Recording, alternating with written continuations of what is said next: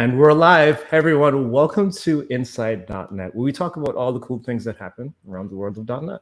And today we have our dear friend Isaac Levin, who I'm really excited to have him because he's going to talk to us about some stuff that I have no idea about.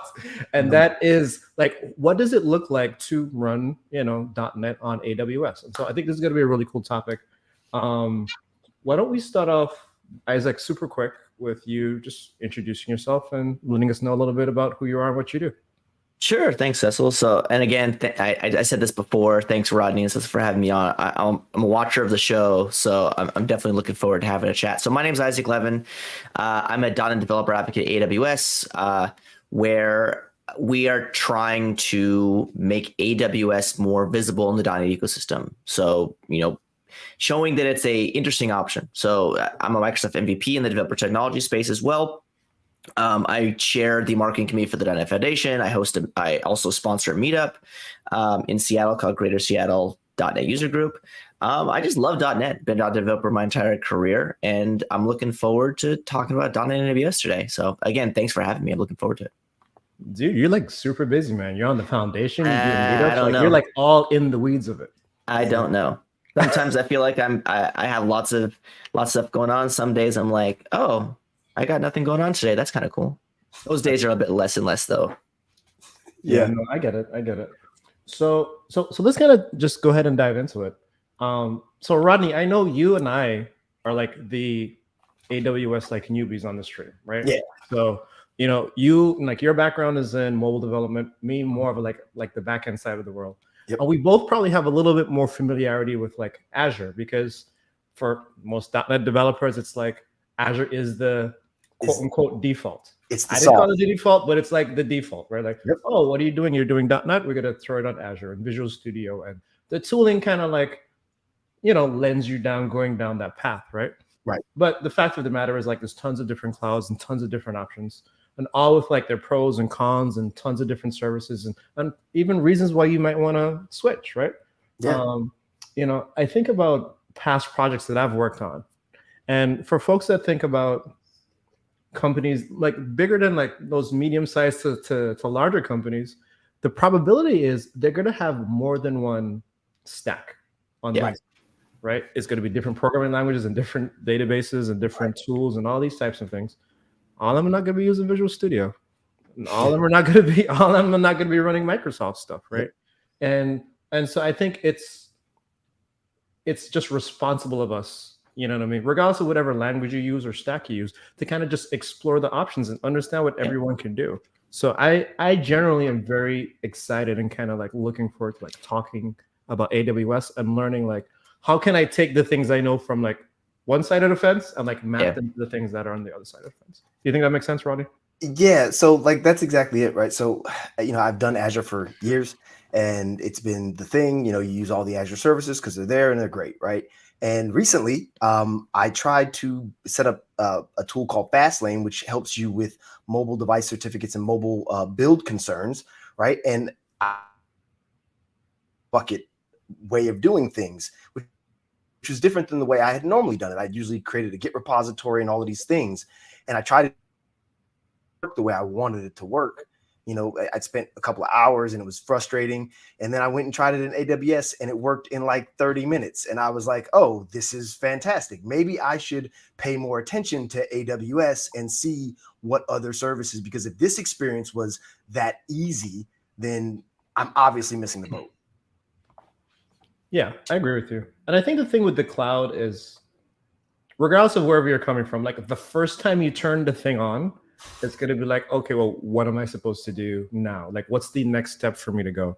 Or, what's the services I actually need? Or what is the service call that I need to use, right? Because obviously, as you jump between services, everybody's database is not called the database, right? And everyone's serverless is not called the serverless thing, right? So it's like, well, okay, well, how do I know what to do and how do I know what to jump into? So Isaac, I'm hoping you can help us with that a little bit. And so why don't we just start off with asking, for .NET developers in general, like what types of, I don't know, tools and all this type of stuff that are available for .NET developers? Yeah, I think that's a great place to start. I think one of the things that we think about when we're a .NET developer is like, hey, do we have access to all the tools that we love, right? Whether your IDE is Visual Studio, VS Code, JetBrains Writer, whatever, right? So I want to let people know, like, AWS has first party extensions so that you can go and get from those different marketplaces that run directly in the tool. So being able to deploy from Visual Studio or Writer or VS Code directly to AWS, to be able to manage AWS resources inside of there, right? So there are tools that exist. We also have command line tools we've built. We have AWS PowerShell toolkit. We have some .NET Global tools we've created to kind of make the deployment experience for AWS pretty cool. And I can show some of that stuff if you want. I think in general, like when we think about tools, particularly, we don't want to like go outside of our comfort zone. So, having tools that exist inside your IDE, being able to do the things we know and love that look familiar to us. Because I think we'll all be the first one to say, like, Visual Studio, you can right click publish to other clouds. So like, why not have the opportunity to do it to AWS as well? So that's kind of our thought process. All of this stuff is like open source on GitHub too. So like Visual Studio Toolkit for AWS is on GitHub. For VS Code, a lot of our tools are open source, and you can actually take a look and file issues, have conversations with the product team and the developers that are working on those things. So yeah, I mean, it's trying to make the .NET developers' life easier. And if they decide to use AWS, that's awesome, because you can rest assured knowing that the tools you're using is not just some black box. Right. Yeah. I had the opportunity to go to AWS reInvents in. Yeah, I saw the tweets. You got lost. Yeah, I did. It was it November, December? It was the latter half of 2022.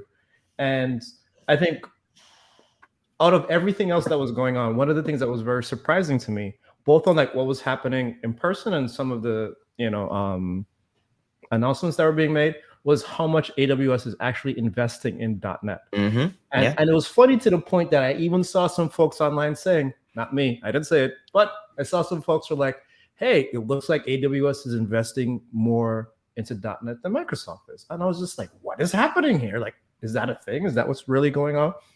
But, walking through the floor, like definitely seeing like dedicated booths with folks showing off the tooling and showing off the integrations on the different CLIs. So I'm saying this only to say like that gives me confidence in trusting that like actual care is actually being given, at least from a development side. And I definitely love to see what happens going forward in the future when it comes to actually like being in the community and like knowing, I don't know, our mannerisms and quirks and all the little weird things we do, right? Yeah, that's a good start, right? And again, I think being able to just have that confidence that, hey, this is not just going to be we're going to build a thing and we're going to throw it over the fence and then we'll check back on you in a year. Like that for me is an important thing to look at as I'm choosing the thing that I'm going to like, I don't know, run my business on, right?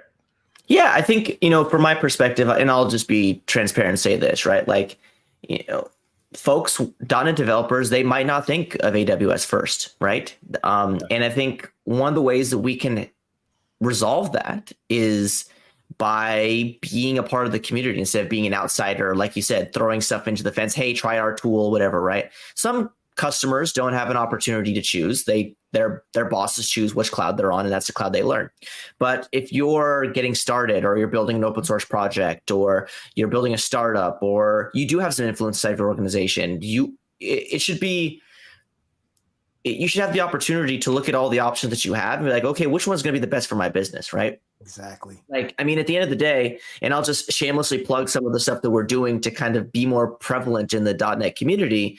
So folks have probably seen me tweet about this stuff if you follow me on Twitter, but like we're doing things like we're sponsoring .NET events. So I was just in Sweden at Swedug, and we sponsor Swedug. We're going to sponsor NDC events in Europe. We're going to sponsor Dev Intersection events in the US. We have opportunities to really get in front of .NET developers where we typically haven't had the opportunity to. So that's one thing.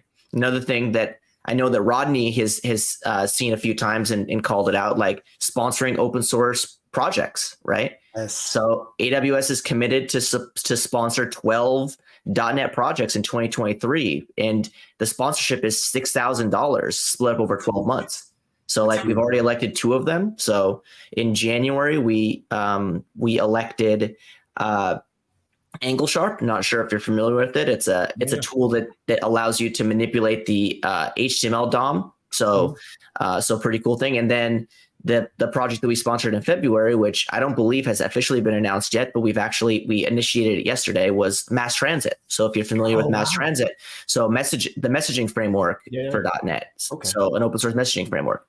And like, that's just not being done in a bubble. Like, we have a committee of folks that are AWS employees, non-AWS employees, that are nominating and voting on whoever gets this funding.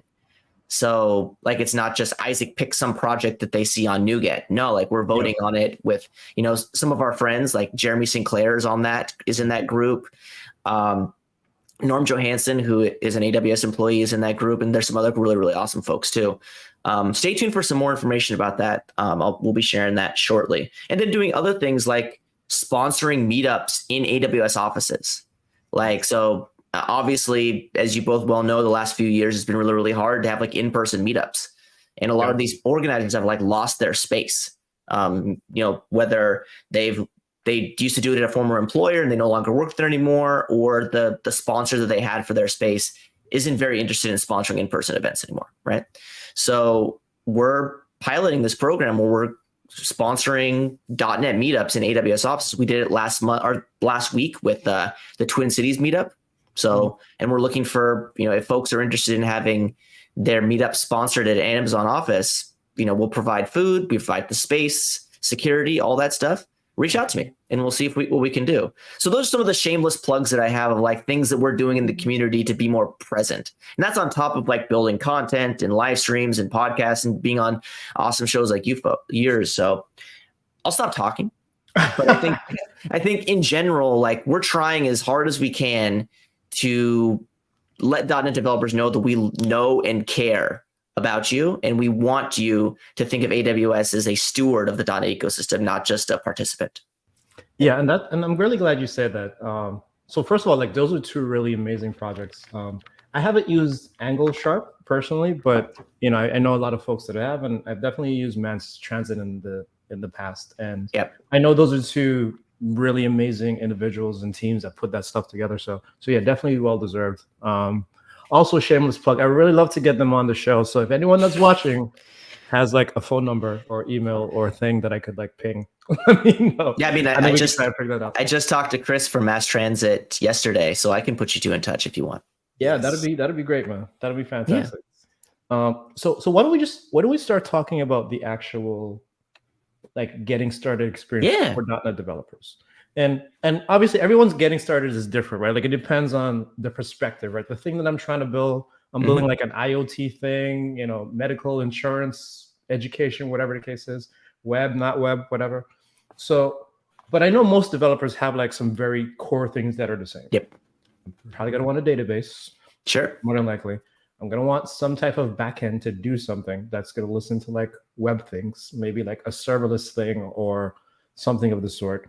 You know what I mean? I'm probably gonna want, I don't know, somewhere to store my logs, like, so metrics, monitoring, like these types. Those are the types of things that kind of come to mind as I think about it. And obviously, depending on the type of world that you're in, you might want like a VM or something of the sort. So what do you think are some of the more general services, that .NET developers should look at first as they're like coming into AWS? Yeah, so great question. And I just wanted to call out our friend Niels was like, you should sponsor InnerSharp. Well, we already did that. We sponsored InnerSharp last year. We sponsored 10 projects last year. So, I mean, again, trying to really pound the drum here. Thanks for the shameless opportunity to shamelessly plug. Anyway, back to your question. So there's a couple of things to take into consideration when you're building apps, right? Like, one, how much care or control do I need over the underlying infrastructure or ecosystem that my app lives on, right? So some folks, they want full control. They want to be able to, skew up their particular SKU configurations. They want, from a, compute perspective, they want control over the OS. So like, we have that option. We have EC2, which is a VM offering. that, and then we have all the way through kind of like your serverless function as a service type of offering, and that's AWS Lambda, and everything in between. So everything in between. So we have services that are less abstract. They're abstract to control over the operating system. We have container offerings, and that's just the hosting options. And then like when you're talking about database world, like we have Amazon RDS, which is like a relational database. So SQL Server, MySQL, Postgres, that sort of stuff.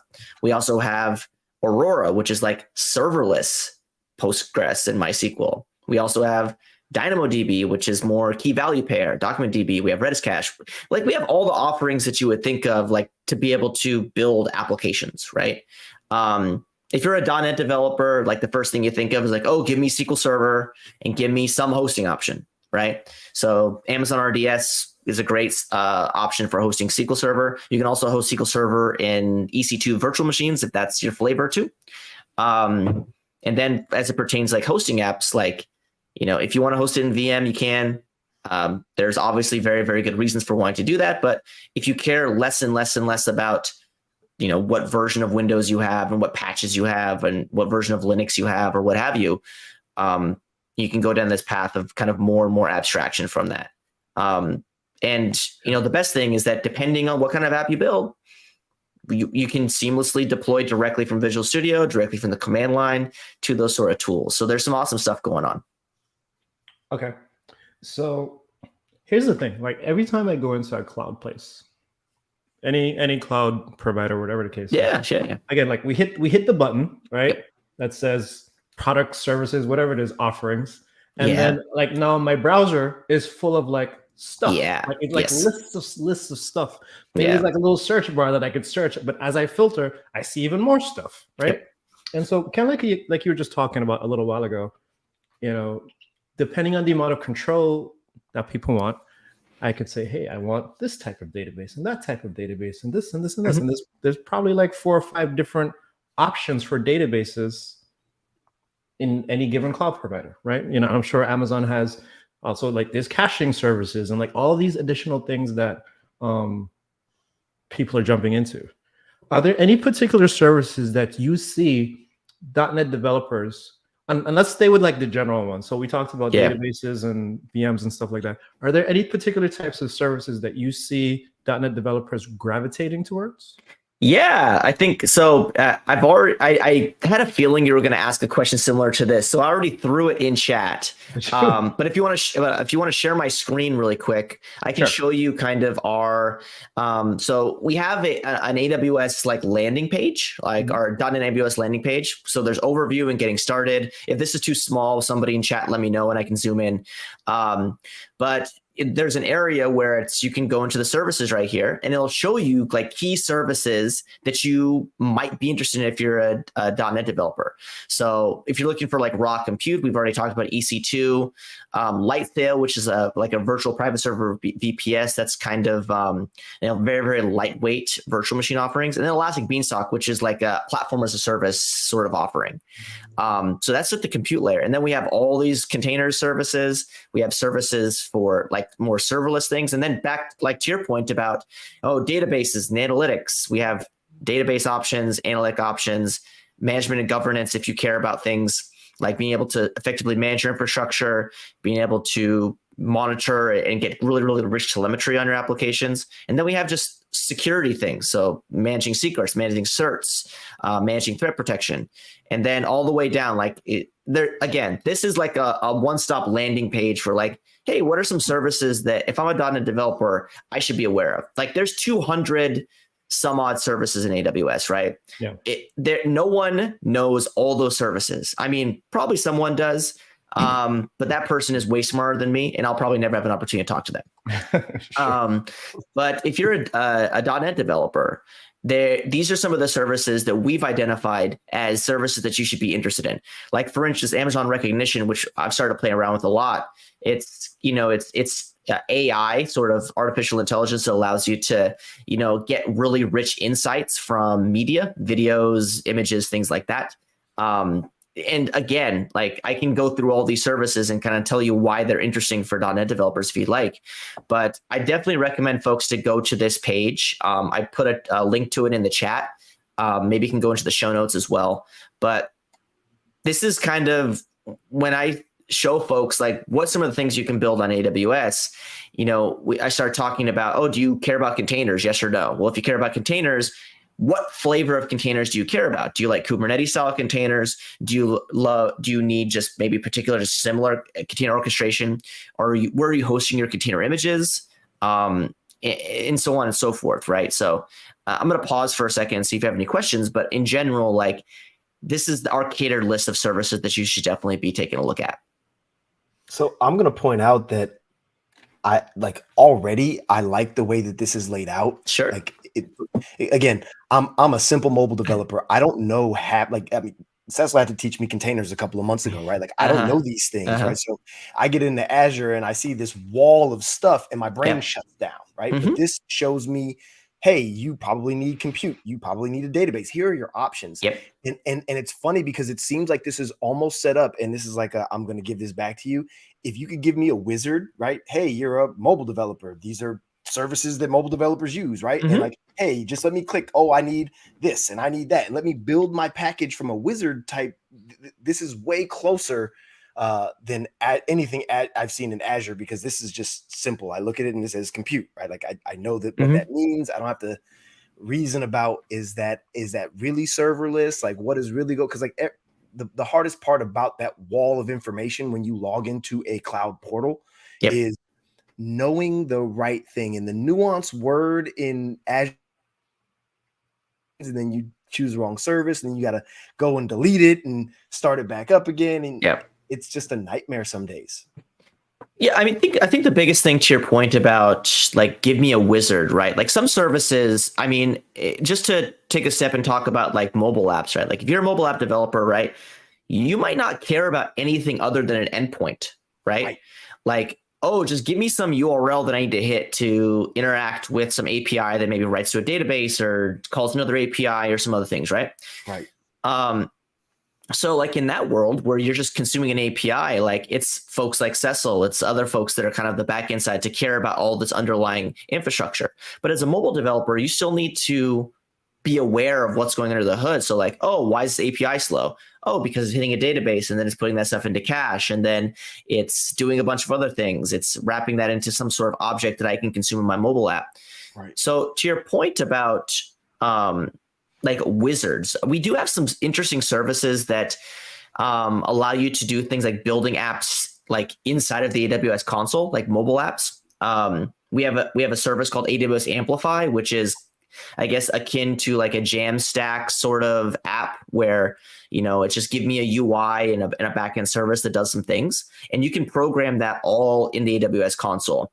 I'll be the first one to say, like, as a .NET developer, that's probably not what I'm looking for. But if I'm building apps like in some JavaScript framework or some other language, that might be interesting for me. But Amplify allows you to do a lot of that stuff. You can literally click a button and it'll create a DynamoDB. So it'll create like a data store behind the scenes. It'll create a GraphQL endpoint immediately for you, like one button click. That's nice. So, and then you can just point your mobile app to it and start partying. So like that's a cool experience for folks, right? I think that there's a ton of interesting, like, especially in the mobile space, that we can do to kind of make that even a better experience. And we're working on all sorts of interesting things. So I definitely recommend some folks following along with like the AWS news blog, because they're always posting interesting things about some new services that are coming out or new enhancements to those services. Nice. And I love kind of like what Rodney said. Like, I love how this page is already set up to kind of like address scenarios. You know what I mean? I definitely love to see like more of those scenarios covered, because like the faster that I can get in and then just get stuff done, like the better. Right? Sure. Yeah. I mean, like there's a point in time, I think, for every developer where you're like, okay, well, I'm just kind of exploring. That's fine. And we could explore, we could click buttons and we can move around. And then there's a time where they're like, I have things to do now. Right. Yeah. And I just want to see, just show me the thing I need to get and let me get in and get out. And then just kind of figure it out. Yeah, and I think one of the things that's interesting too, specifically about AWS, that might be different than other clouds, or maybe not thought of as right from the forefront for other clouds, is so we like to lead infrastructure first. At AWS, so for instance, we have a framework or a technology service called CloudFormation, which allows you to identify in files like your entire infrastructure, right? But on top of that, one step is that we have this this service or this tool called the CDK, the Cloud Development Kit, which is a wrapper for CloudFormation. So it allows you to programmatically create your environment. So in C#, for instance. Yeah. So again, like similar to like a Pulumi sort of thing, if you're familiar with Pulumi. Yeah. So like with that, to your point, like I just need an environment. And I know I need a database. I know I need some container offering. I know that my containers need to be able to have access to my database. You can identify all of that in your code, and then just literally deploy it. And it just runs, creates those stacks for you and behind the scenes and deploy at those environments. So pretty cool stuff. And especially when you consider how AWS identifies or cares about security. So we use a least privilege model when it comes to creating services in AWS. So here's an example, right? We're .NET developers. How many times have we accidentally committed or accidentally shared like a connection string for a database or secrets and keys, right? So in AWS, we go kind of from a different approach as it pertains to access. So we use what's called IAM or access identity model. And it's like, hey, I have this service, maybe a AWS Lambda function, for instance, and I want to be able to have write and read access to this particular data store. So we do that inside of the AWS console. So there's no need to, encode like connection string or key secret combination in code or in config. It's done at the service level inside of the console. So potentially reducing the risk of having your secrets leaked or having some breach in your connections. So I think that's another thing that's really, really interesting when you think about AWS versus maybe other clouds is, we care about infrastructure as a first party citizen. So not as I've already deployed my app. Let's create infrastructure for it now, like so we can reuse it. And also, not having to worry about leaking secrets and leaking keys as prevalent. So again, I'll pause, if you guys have any questions about that. No, I think that makes a lot of sense. And then again, that's important, right? And in talking about like that least privilege model, one of the things that when I first started using AWS, one of the things that I bucked up into first, I guess, was I think it's called IAM, your IAM service. Yep. I'm guessing that's like your identity model thing. Yep. And so with that, when I started going down that, like I realized, there's a lot of stuff that I don't know, right? Like roles and permissions, and this is connected to this. And then when services talk to services, they have to have roles and permissions and all kinds of things. And then I quickly realized like I was definitely not familiar enough with like the jargon of the cloud, or at least of AWS to do it. Again, like working in other clouds, like I understand like that jargon in that space, and I realized I didn't understand the jargon in this space. So I think what I'd love for you to address now is, again, talking about like just the core. What are some of those important, I guess, like intrinsics, like the fundamental things of AWS people, particularly people coming from other clouds, like need to know and understand? Yeah, I think I mentioned it a little bit. Like the number one thing is like the identity model, like you're talking about IAM. And I actually threw a link in the chat to a video that I did on like the core concepts of security on AWS. And it's a short video. It talks about IAM specifically and what it is and how we leverage it inside of .NET applications. So there's like a little demo in there too. Yeah. But I think that's the biggest thing, right? Because if you come from other clouds or if you're on-prem, you're very dependent on carrying around connection strings or carrying around configurations that allow access to different services, right? So from my perspective, if we can reduce that, I guess, surface area of attack surface area, we can feel more comfortable building applications on the platform. So IAM is probably the biggest thing. The second thing, like I mentioned, was like the infrastructure approach. Like you'll see in a lot of our samples, if you go to GitHub/AWS-samples, almost every single sample that we have not only has the source code, but it also has the environment source code too. So like some CDK scripts or CDK projects that allow you to build out your environment. So because we want people to get started as soon as possible. And if you're, we've all been guilty of this inside of a cloud portal. Okay, I'm going to create this service. Wait. Now I'm going to create this service. Wait. And now I need to take this connection string and save it off to my my project and so on and so forth, right?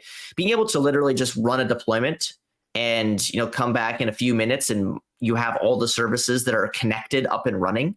It's very valuable. It makes the life of a .NET developer and developer in general's life better. And when you're creating these like ephemeral like side environments that like to test different things, maybe review PRs, what have you, it is even more important, right?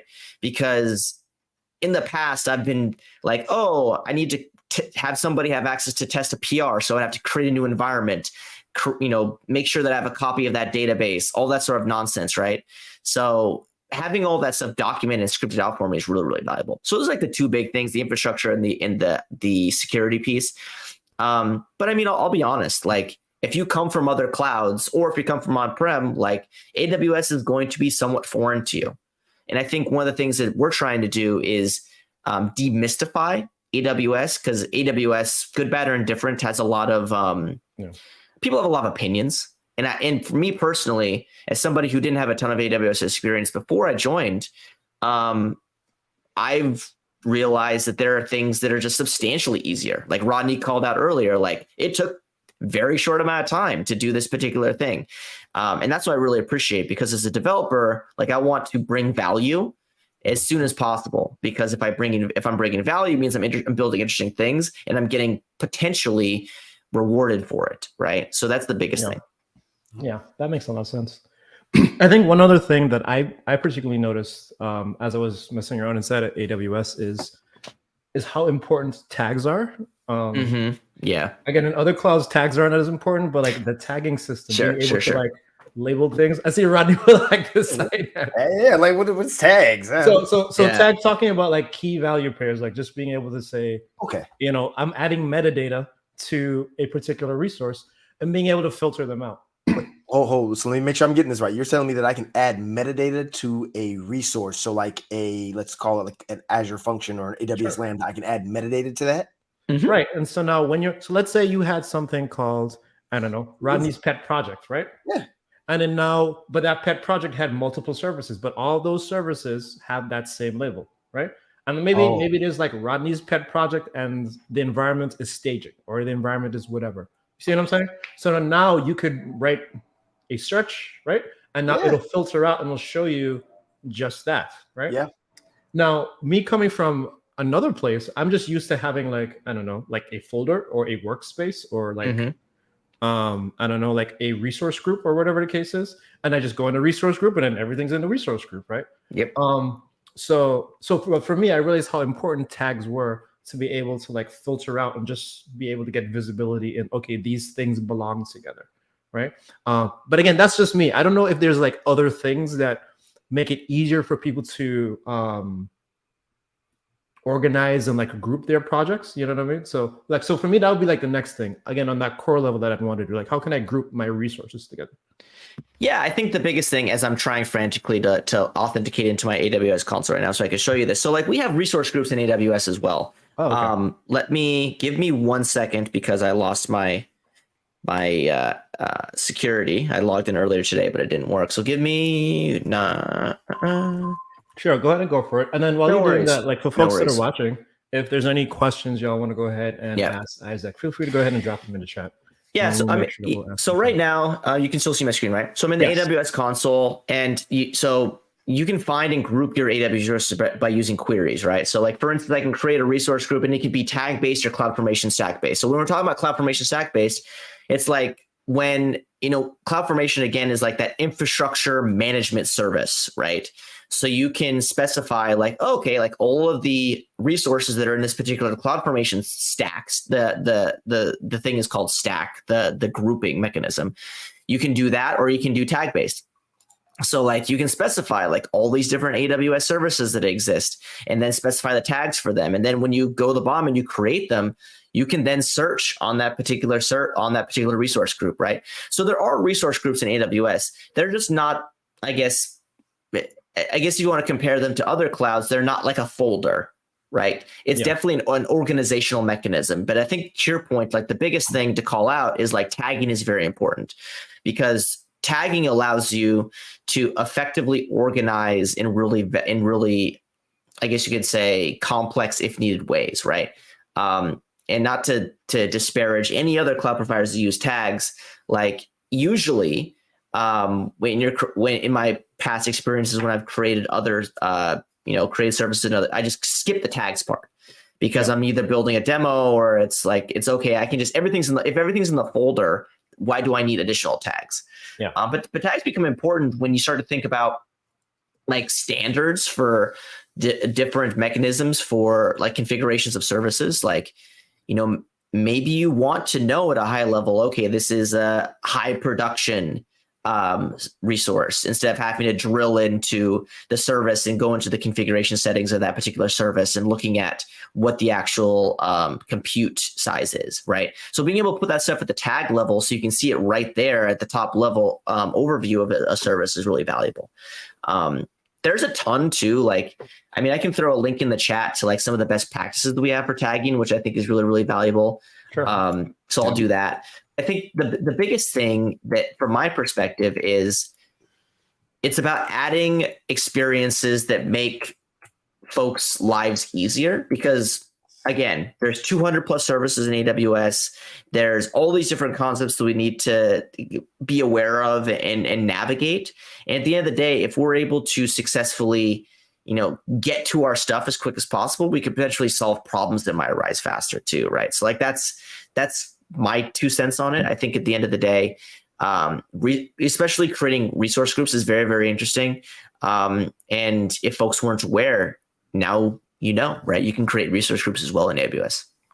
Yeah. See, so I didn't know.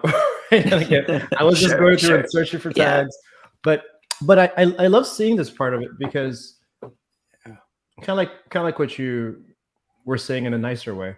I feel like this is a much more powerful way to use that tagging system to give you more options for organization.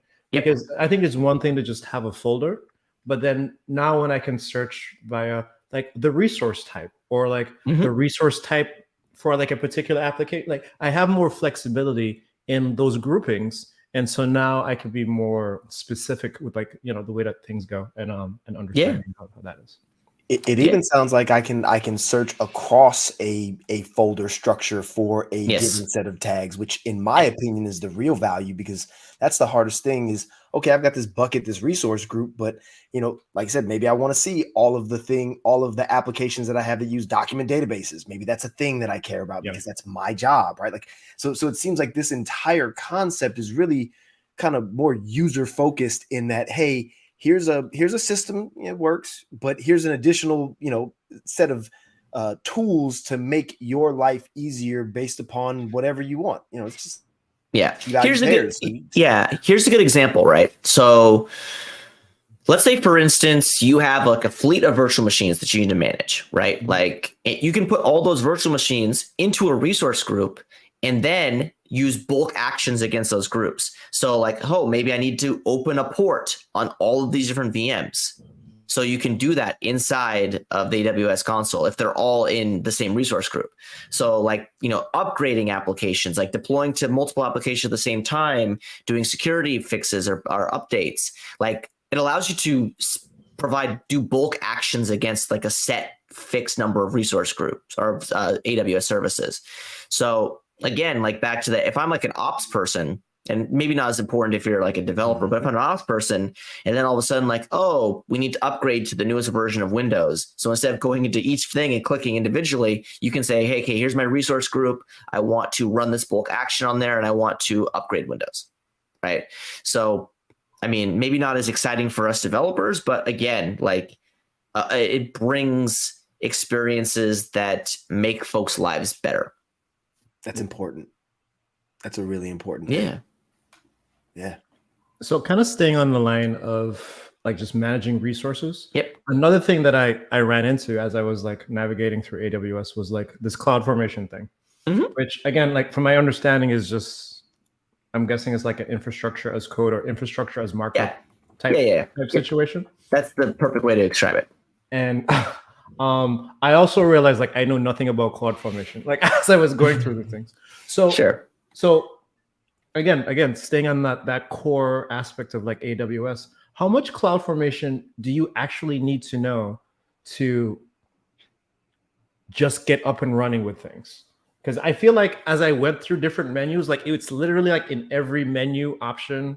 Yeah. You know what I mean? Like it's all over the place. And so I'm like, okay, shoot, maybe I should stop and go learn CloudFormation and come back and try and like deploy a thing. No, that's fair. I think there are two approaches to this idea, right? First, like, do I want to create services in the console over and over and over and over again, right? Some people are okay with that.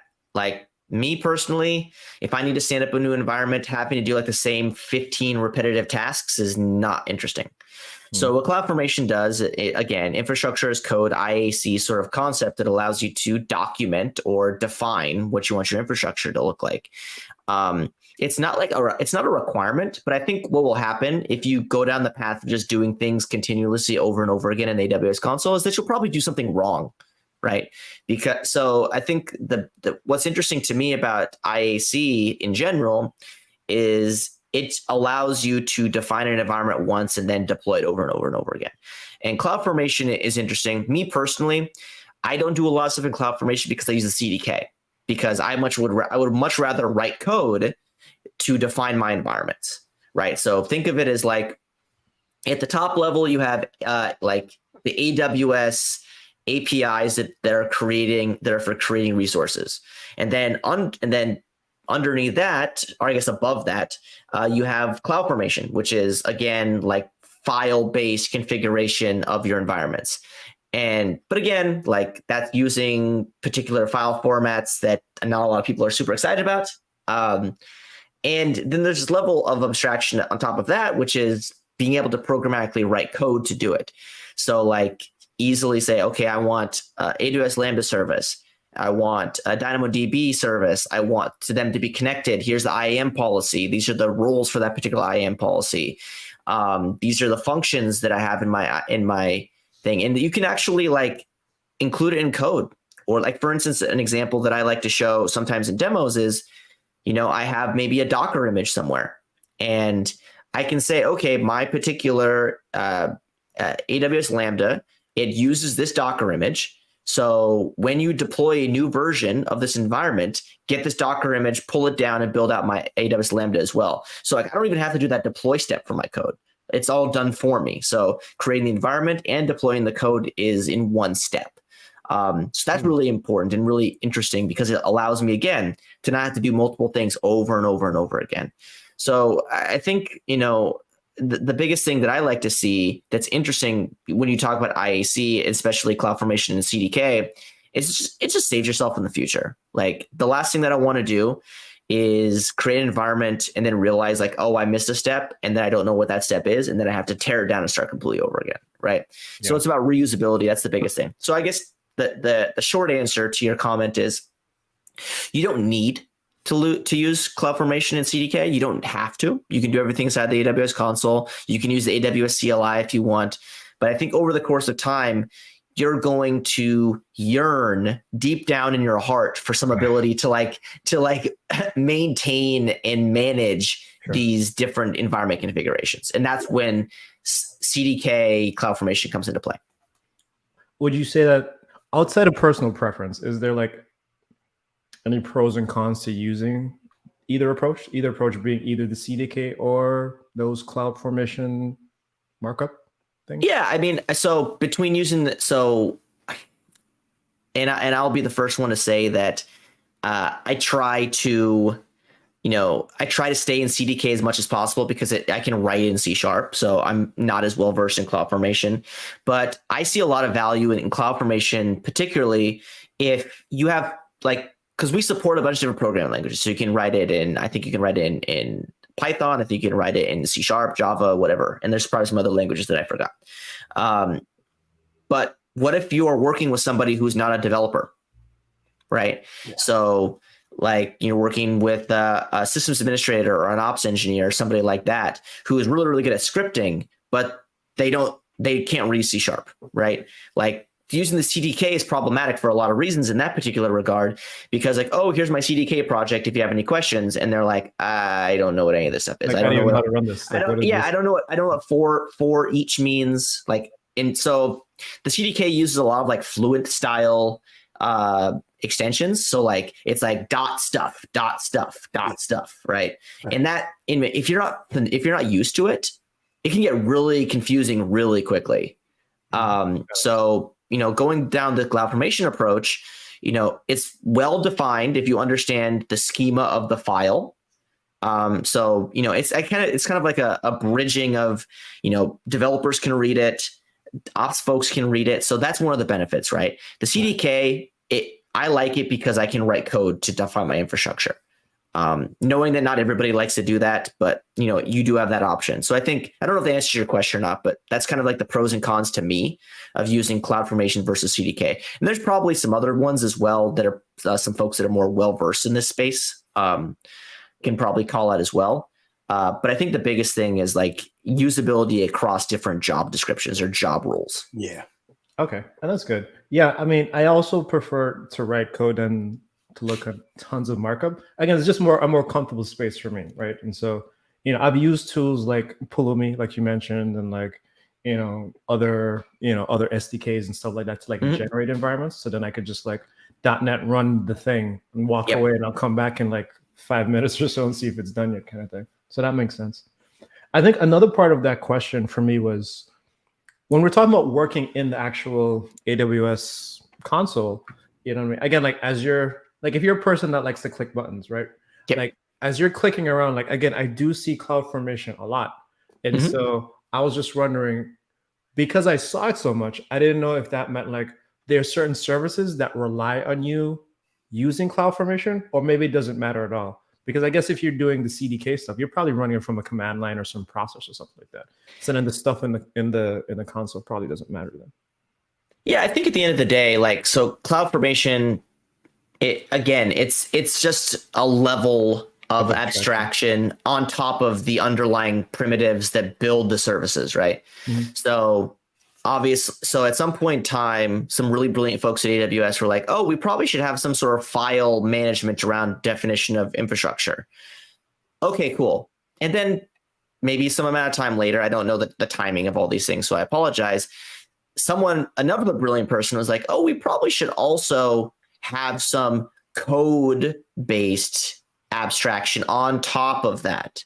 So I don't know if I'm answering your question, Cecil, but it's about what is the best tool for the job. I'm not the person, you know me well enough. Like, I'm not the person who's going to be like, use this thing because it's the best way without justification.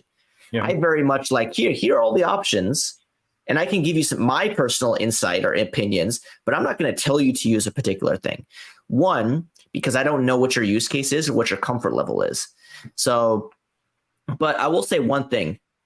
When you for instance, use the Visual Studio extension or the Writer extension or some of our command line utilities to deploy, it uses CDK under the hood. Okay. So it's one of those things where you might not touch the CDK stuff or the CloudFormation stuff, but it's always there. Like, because at the end of the day, we want there to be some continuous mechanism that's always prevalent. So like, for instance, if you want to, I can show you a demo of deploying to AWS, and like, it'll actually go through creating the infrastructure and then deploying to it as well, like from one command line call. So like, again, it's everywhere because it's kind of that base level primitive that's on top of all of the different experiences that exist in AWS. Okay. Yeah, that makes a lot of sense to me. Yeah. So we have about 10 minutes left before we get cut. I do still want to stay in like that vein of like some of those core services. Sure. And I know one thing that I'll be interested in hearing a little bit about is like, what are your application monitoring offerings kind of look like? So when, again, think about logging and what happens when I want to track errors, and I don't know, can I RDP into like the container? You know what I mean? Like what are the things I have to be able to diagnose problems when they happen inside of the cloud? Yeah, so the first place that you want to start when it comes to alarms, metrics, telemetry, what have you, is CloudWatch. So CloudWatch is kind of our all-up application monitoring service inside of AWS. You can there's a bunch of different slices of things. We also have application insights, which is named very funny in my opinion for a lot of reasons, but it helps you like set up monitors and take dashboards. And then we have things like X-Ray, which is also interesting because it's about and I don't have a demo set up for this right now, so I apologize, but it allows it shows you like the topological like service discovery for all the different pieces of your application. If you're familiar with other clouds, you've seen services like this before. So at the end of the day, you have all of these services, and my screen just messed up. I don't know what just happened. Anyway, but yeah, so CloudWatch is the first place to go. And then we have all these different levels of granularity inside of CloudWatch. But CloudWatch is like the place where you send your logs to, you send your traces to, you send miscellaneous things to that you want to be able to build insights on top of. Gotcha. And so then inside of CloudWatch itself, I'm guessing, so like it looks like you support traces, there's metrics, and there's logging. So pretty much like that whole gambit of telemetry, right? Like I could, you know, I'm guessing I could write code, right? I could write some instrumentation, or I guess if I'm using something like Serilog, which I know a lot of .NET developers do, there's probably like extensions or, you know, syncs like that we can I assume there is. Let me just, before I lie and say there is, Serilog, AWS CloudWatch. AWS CloudWatch integration using Serilog syncs. So it does exist. I'm trying to find like actual Serilog documentation. Yeah, well, I mean, here's somebody wrote a GitHub repo on there, some C# corner articles. So there's definitely some stuff here. Okay, here we go. This is an old article, so I apologize. But this is, for instance, CloudWatch logs and .NET logging frameworks. So this uses nlog. I know that folks are very opinionated as it pertains to their logging platforms, but like we have samples for nlog. There's samples for Serilog as well. So it looks like, nlog, log4net, ASP.NET Core logging framework, which is the built-in one. So being able to export those telemetry points directly into AWS CloudWatch is something that's first party. In my opinion, as long as you can support the Microsoft logging going forward, that's really all that matters. Yeah, that's all that matters, because you can pipe it out from, like, because the way I do things now is everything goes to Microsoft's core logging, and then I pipe it out to whatever framework I choose for whatever project. So if it's nlog, Serilog, log4net, doesn't matter. I just use the Microsoft core stuff and pump it out. So as long as you have that, I mean, you can figure out a way to get your information in. So that's fantastic. And I think the biggest thing, especially in this world, like you don't want to have to like rip out a bunch of code and replace it with something else, right? So like if you're already using nlog, you just add additional endpoints for CloudWatch. Using log4net or Serilog, again, adding additional endpoints. So, okay, like nlog, maybe I'm writing to a SQL database, or I'm writing to some files on my disk or whatever, right? You add another target for AWS CloudWatch. So that is the most important thing, is like not having to rip out a bunch of code and replace it. I do agree that like as we get more and more like modern .NET implementations, I'll be interested to see how used these third-party logging frameworks are. I think it's great that they exist, but I see more and more work being done with like the built-in logging in ASP.NET Core, that it's like, do I really need these things? In some cases, yes, but in a lot of like typical cases, maybe not. So I think the biggest thing is like giving folks options for sure as well. Yes. Yeah. I saw a similar use case talking about like just being able to rely on the core .NET stuff. If you ever think about all of the dependency injection frameworks that used to exist a long time ago, there's more than like 2 handfuls of them. There are tons of different options. Yeah. But kind of like you said, like as we go forward, more and more folks are just building on the built-in stuff. Which for good or bad, like at least then now there's a standard, and everyone just kind of adheres to the standard, right? And hopefully that will cover the I don't know, the 70% or the 80% cases of people that are there. And then if you need to, then again, you can plug into the other stuff too, if you want. Yeah, like if you really love AutoFac, like there's no reason to not keep using AutoFac, right? Or if you want, or inject, or some like the copious amounts that we've all like, oh, this is the new DI mechanism that you should be using. Like use this. You like rip out all of your IAC code and then you put in new IAC code, right? But yeah, and again, maybe I'm just a lazy developer, but there are so many like good samples using the built-in Microsoft stuff or the built-in .NET stuff that like I feel like I'm doing additional work if I try to implement some other thing. I do understand that it's not all sunshine and rainbows using like the thing that the .NET team provides for particular things. Because there are edge cases and what have you. But I think in general, for a lot of stuff that I build, again, I don't ship, financial services, hedge fund software for a living or something like that. So I can just like build demo code that's like as quick to put together and as easily readable as possible, right? Without having to educate, because if you add some third-party software, you have to kind of educate the audience on what that third-party software is, right?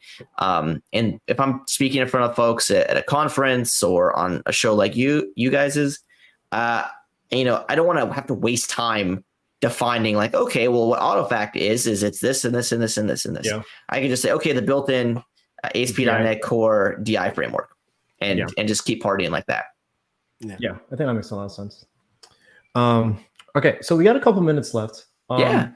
Before you leave, like, I think you've done an amazing job, first of all, like just kind of giving us like that high level overview about, okay, well, here's some core things that we should look at, and here's some things that are important, and here's some options and how you kind of navigate through the world of like the fundamentals of AWS. You know what I mean? I'd definitely love for you to come back on and have us have some other conversations as well. That get more specific into like some of those different use cases. Yeah, I know for me, serverless is a thing that I'm very like interested in. Like, I'd love to hear what like the AWS serverless workflow looks like, right? Again, like I know Rodney is like a mobile developer, right? He might be interested in some serverless stuff too, but then also there might be additional services there. You know what I mean? Again, particularly when it comes to like monitoring and tracking and these types of things. Like, how does that work in a mobile world if we're talking about Xamarin and Maui and whatever else people are using, right? Like other applications with, Yeah, I mean, you're my friend, so you said some very nice things. I would love to chat more about this, because I think, again, we talked about this a little bit before we started. Like, I just want to demystify a lot of the AWS things to .NET developers. And in any way that I can do that, I love the opportunity. And I mean, there are worse things to do than talk to my friends Cecil and Rodney. So if we can if you want to do this in have a series of these, I would love to do that. Yeah, let's definitely do some more. We could talk about it a little bit offline. Yeah. But for the folks that are still here watching with us, you mentioned the AWS services for .NET developers as like a good starting point. Yep. Are there any other resources you think people should pay attention to? Like, I don't know, GitHub repos or so for instance, let me show. So like if you're interested in like and I'll place this in chat too. If you want to take a look at like all of the open source things that we're building, at least in the AWS space, like a good place to start is github.com/AWS/.NET. And in here, you'll find links to a lot of our resources, different libraries, information about the AWS SDK for .NET and for .NET Core, as well as a ton of other packages that we built to kind of make developers' lives better. Development tools, so links to all of our toolkits. So that's like the one stop for like, get me all of the interesting things in GitHub that AWS is building for .NET. And this is not something that's just stale. Like, we're always adding things to it. We're building new services and new things. Like, one thing that we just released a few months ago was Lambda annotations. So for AWS Lambda to be able to have like built-in DI for AWS Lambda and attribute marking for AWS Lambda instead of having to wire that up yourself. That's something interesting. We're looking into building a messaging framework for AWS specifically for .NET. And all that information you can find in here. This is a good spot to get started. All right, great. And then folks can always, it's a GitHub repo, right? So folks can always chime in discussions, submit issues, and kind of just, I guess it's a good place for them to give you feedback and just, let you know what the community is thinking about the stuff that you're building. Yeah, no, I agree 100%. And, if anybody has any questions or want to chat more, like you can follow me on Twitter, IsaacR11. We also have an AWS on .NET, or .NET and AWS Twitter handle. So .NET on AWS. So reach out if you have any questions there. You both know me, like I'm very accessible. So if folks want to talk more about stuff, feel free to reach out. And yeah, I just want to make like this stuff more accessible for folks. So again, I appreciate the time and you having me on here to chat more. And I look forward to doing this again in the future. Awesome. Well, Isaac, again, thank you so much for coming on, and thank all of you who are here watching. Guys. Definitely make sure you follow Isaac on Twitter and YouTube and all the places that he exists, which is probably everywhere. And hopefully we'll see you all again another Wednesday as we continue to talk about more things that happen in the world of .NET. So with that being said, thank you all so much, and we'll see you again next time. Bye, everybody. Bye.